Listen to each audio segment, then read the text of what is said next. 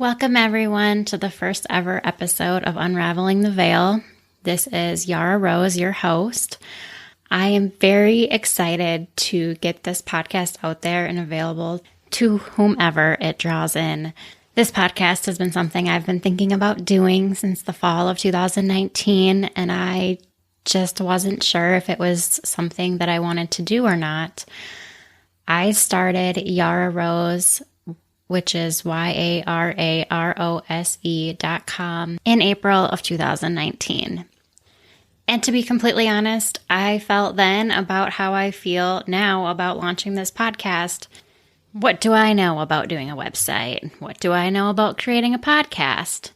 But here's the thing. I created this website because I wanted to share my story with everyone on the off chance that I could help one other person in this world with their own journey and making their own journey just a little bit easier. I feel like I've accomplished my goal with this website. I feel like I have made a difference in different people's lives all over the world, and it's truly beautiful to see. So you may be asking, why am I talking to you today? And the answer to that is I'm just feeling this nudge from my spirits that we need to get this podcast out there. In this day and age, it's easier for people to listen to a podcast than it is to take time out of their day to read a blog post. Through commuting or at work or going on a walk outside or all the different number of things, it's easier for us to multitask while listening to a podcast. To me, Unraveling the Veil is the veil between the living souls currently incarnated in physical things on earth and those that are in the spiritual realm or in the spiritual form. And when I first thought of the name for this podcast, I almost wanted to say Unraveling the Veils, as if there was more than one, because I thought that there was that veil, but then there was also the veil of separation that we have here on earth just from all of our limiting beliefs. But as I thought about it and reflected on it, I realized that this veil is actually the same one.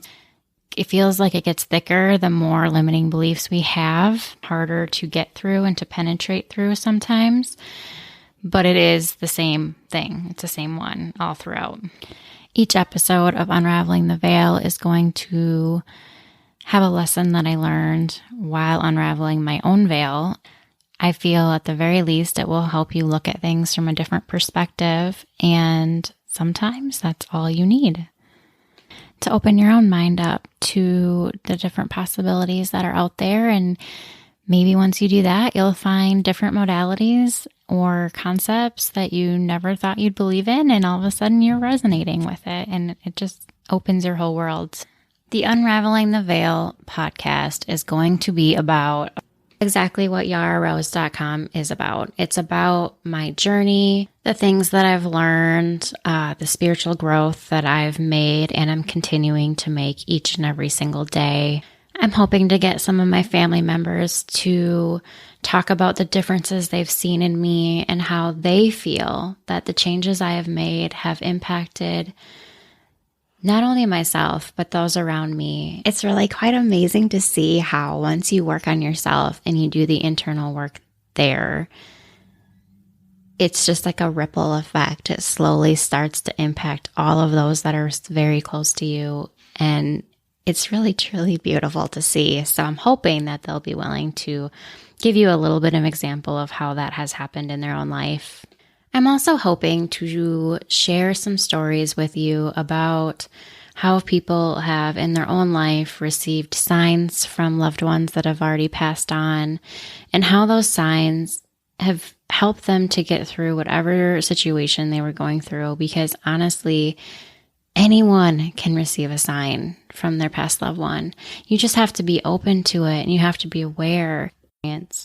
Other topics might be how our emotions affect us, or how different certain things look based on other people's perceptions. It's amazing to me how our perceptions play such a huge role in our lives, and we don't necessarily think about it on a daily basis, or at least I never did.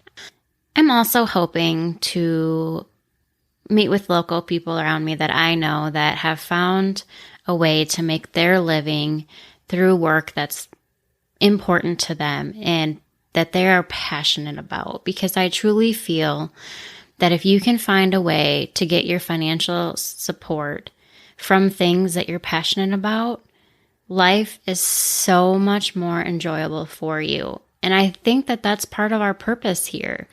I'd also like to touch on intuition and how we all receive warnings from our intuition about something. And depending on how we've created that relationship with ourselves, we may trust those intuitive warnings or we may completely disregard them. And this relationship could save your lives. So I would like to talk about how we can build that relationship and learn to trust it and use it to our advantage. We've talked about what my goals, hopes, and dreams are with Unraveling the Veil and my website, yararose.com. There's one more thing I would like to address before digging deep into the beginning of my story, and that is the topic of spirituality. When I first created yararose.com and started putting services out there, I was hesitant to bring in the spiritual aspect of things. Where I currently live, it's not generally accepted and it's still kind of taboo. So having that out there was a little unnerving because I don't want it to impact my family in a negative way. But when I thought about doing it, it didn't feel right to me. And that's because I have developed such strong relationships with my spirits, with my ancestors, my spiritual guides, and I don't feel right anymore trying to cut them out. So if you're uncomfortable hearing about, advice from beyond, this most likely will not be the podcast for you, and that's okay. I don't take any offense, and I wish you the best. For those of you that have always been a little interested in the other side and whether it exists or whether your own spirits are around you and trying to communicate with you, or maybe they already have, then you might find this podcast interesting and you might think it's a little enlightening. And along that same lines, I do want to share with you one of the most important pieces of advice that I received when I started on this journey of self-discovery and spiritual exploration. There are a lot of opinions and you will hear a lot of conflicting information.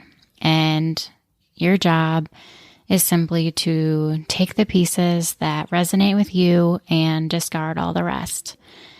Every single person in this world has their own beliefs, has their own experiences, and those are shaped by our perceptions. They're entitled to those and they should be respected. But that doesn't mean that you have to take on the pieces that don't resonate with you. I think it's interesting to hear all of these different people's perspectives on life because I found that it opens me up to just understanding things on a greater scale. And it makes me more well-rounded. But at the end of the day, if I strongly disagree or it just doesn't feel right in my soul, a portion of a book or something that someone has said, I choose to let that go. And I keep the rest. I keep the stuff that makes my soul feel lighter and healthier and happier. And I disregard all of the rest. And I encourage you, as you explore these topics with me, to do the exact same thing. Okay, so with all of that said, I would love to dig into the start of this whole story that I have. And I'm going to be completely honest, the beginning is not pretty, and the topic is depressing. And some of the subject matter is really low and dark. But I feel that I have to go here in order for you guys to really, truly understand where I was at and how far I've come with these techniques that I'm going to be talking to you about in the future. So with that, here goes. At the end of 2017, I was extremely depressed. I had the most anxiety I had ever had in my life. I was thinking and contemplating taking my own life because I couldn't get out of the space I had gotten myself into. I had burned myself out at work. It was just one thing right after another, one big project after another. And every time I'd think that it was going to slow down and I could finally give myself a break, something else would come up. It was just relentless. It never quit. And then I would come home feeling stressed and worn out and exhausted, and I would lash out at my family, and I would yell at my kids to be quiet because I had these major migraines and I couldn't even handle a whisper. It was really hard, and I could see it slowly changing my family. Like, I could even see my daughter playing with her babies, and she would yell at them the same way that I had yelled at her. And I'd overhear conversations between my kids about how they were so excited to finally get to go to grandma's because grandma doesn't yell at them. And it got to this point where it was like, I don't even know what to do at work. I'm exhausted. I'm worn out. I can't do it. And now I'm ruining the lives of my family. Like, what good am I? Truly, what good am I? I'm causing more harm than good. I should just take myself out of the equation. I was so lost. And it just finally got to the point where I had to change something. I didn't know how and I didn't know what, but I was going to change something, and I was going to try to figure out how to end this cycle. So I started going to a licensed therapist. We set up weekly appointments for a while, and that seemed to be helping. I wasn't quite as depressed, but I still felt like there was something big missing. I wasn't sure what it was, but it just seemed like to really overcome what I was going through, I was going to need something else. And around this time, I had a conversation with my sister about everything and how I was so lost and I needed help. And I don't know if she realizes how much she changed my life that day, but she set me up an appointment with her life coach / medium clairvoyant. She just said, hey, you have an appointment, call this lady and tell her what time works best for you on this day and go from there. And that changed my life. I never would have done that on my own. I had been debating on it, but I just couldn't pull the trigger because my limiting beliefs were too strong. I felt like I wasn't good enough, even if I were to find a real clairvoyant that could truly speak to spirits, if that was even possible. I wasn't good enough. No one would be there to talk to for me on my behalf. So my sister changed my life in December of 2017 by setting that appointment up for me. And that life coach, who is still my life coach today, changed my life completely. In January of 2018, I finally got to the point at work where it was taking me hours to do spreadsheets that normally had taken me a couple of minutes. And words were hard to think of, processes I was struggling with those. And I went to my therapist and I told him I really, truly feel like I'm a couple questions away from losing my whole mind. It's just going to explode. He referred me to a medical doctor who I, for the first time in my entire life, answered honestly the questions that they always give you asking about depression and anxiety. You know, I've now been able to admit that I've had depression probably since my elementary school days, and I was just dealing with it. And it had just gotten to this cycle where I would just constantly put myself down and constantly ask myself who I thought I was to even be living because I was so worthless. And it was just this crazy cycle that now that I'm out of it, I see how extreme and hurtful it was. But when you're young and you don't know any better, that's just what you do. And even as an adult, it seems like society always shames those people that need antidepressants or can't handle life, telling them to grow up. And it was just something I never wanted to have to pursue, so I just kept struggling through it. This doctor told me that I was suffering from extreme anxiety and depression and that I needed some time off to really focus on my health. So I was taken off of work for a month. And I can't even begin to tell you the emotions that went through me with that, because there was the feeling like such a failure. I felt like I failed my workplace by not being there and doing the job I was supposed to be doing. And I felt like I failed my family because I wasn't at my job providing stability. But at the same time, I felt this overwhelming peace come over me that I was finally going to get a break, and I was finally going to take the time to heal after all the damage that I had caused myself in the last year and a half or so. I didn't know what medical leave was going to be like for me.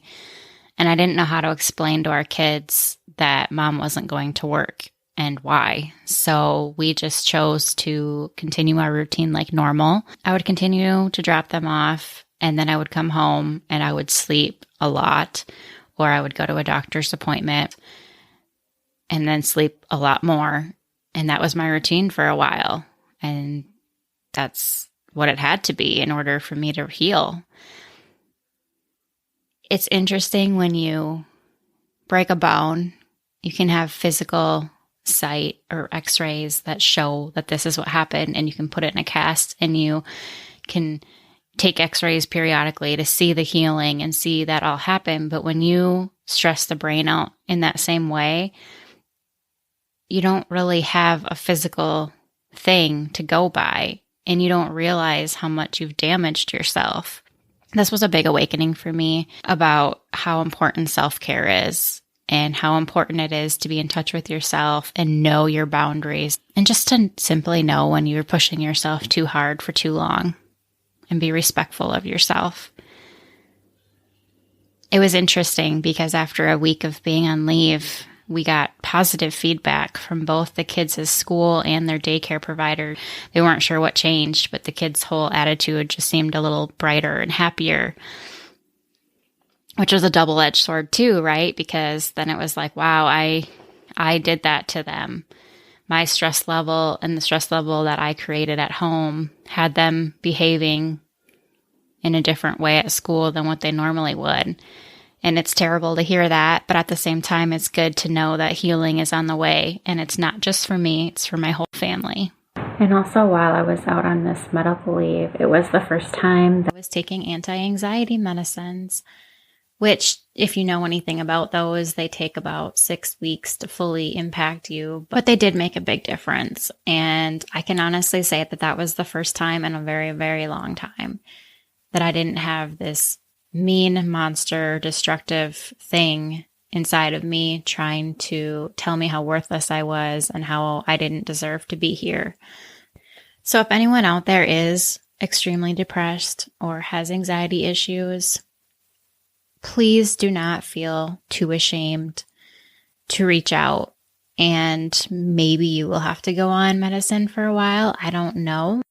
It doesn't have to be a lifelong thing. Like my doctor told me, I only had to go on it for as long as I needed, and then I was able to get off of it. And now that I've done these other healing modalities that I can't wait to tell you guys about, I no longer need the medication. I'm not saying that that would be the case for everyone. I'm just telling you that this is my story and this is what happened for me. I consider all three of them, my life coach, my therapist, and my doctor, my earth angels. They came into my life when I really, truly needed guidance. And because of them, I was able to dig myself out of that hole. I truly feel like the message here is that no matter how low you think you are and how unreachable you think you are, if you just ask for a little bit of guidance, there will be someone somewhere that will be sent to you to help you. It's never too late to ask. And you are loved unconditionally. No matter what you have done in your life, no matter what you may think, whatever your God or source energy is, it loves you unconditionally. And it will send human beings, spirits, signs of some other kind to help you. My purpose with this podcast is to share my story, share how I got out of my hole and what techniques I've learned along the way, because I know other people are out there in the same situation or similar situations, and they just feel like they're lost and they don't know what to do. Our stories may not be exactly the same. We are not exactly the same, but we are all loved unconditionally and for our uniqueness, not despite of it. And I'm not saying that each technique that I did that worked for me will work for you equally as well, because we are all different and we are all here on different paths. But maybe just seeing how my path has played out would give you enough motivation or open your mind enough to the possibilities that are out there, because we have endless opportunities to grow. I truly feel that the whole point of this and the message that I am trying so hard to convey is that even though you may feel as though you are all alone in this dark, terrifying place, or just stuck, it's like Groundhog's Day, you're stuck in that same day over and over and over again, and you just can't break free.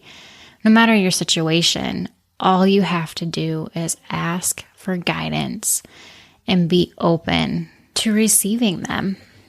That's a big thing. If you ask for a sign, but you stay focused on all the lack and all the depression and all how terrifying everything is, you might miss the messages. And honestly, it can be as simple sometimes as a smile from a complete stranger or a compliment from someone. I've even heard stories of people that were in a bad place and they all of a sudden received a random phone call from a person that they hadn't talked to in a very long time. But that person says, "Hey, George, I felt like I should give you a call and just see how life is." It can be anything that shifts your focus from that dark place to a place that's a little lighter. And sometimes that's all you need to break out of that place and start looking for change and how you want to create that in your life. I feel like I've talked a lot about suicide and depression and anxiety, and I promise that that is not going to be a reoccurring topic during each episode, but it was imperative to share with you so you could understand where I started on my healing path. I don't know the first thing about creating a podcast. It's way outside of my comfort zone. But if this journey has taught me anything, it's that I need to get used to living outside of my comfort zone because that's where all of the growth happens. And I also have learned that I have a story that can be shared with people that can help them change their own lives. Thank you so much for joining me on this first episode of Unraveling the Veil. I am so excited to be able to share this information with you. If you know of anyone that this podcast could help, please share this episode with them. Please subscribe and rate this so other people will be able to see it. And I can't wait to speak with you again very soon. With all my love, Yara Rose.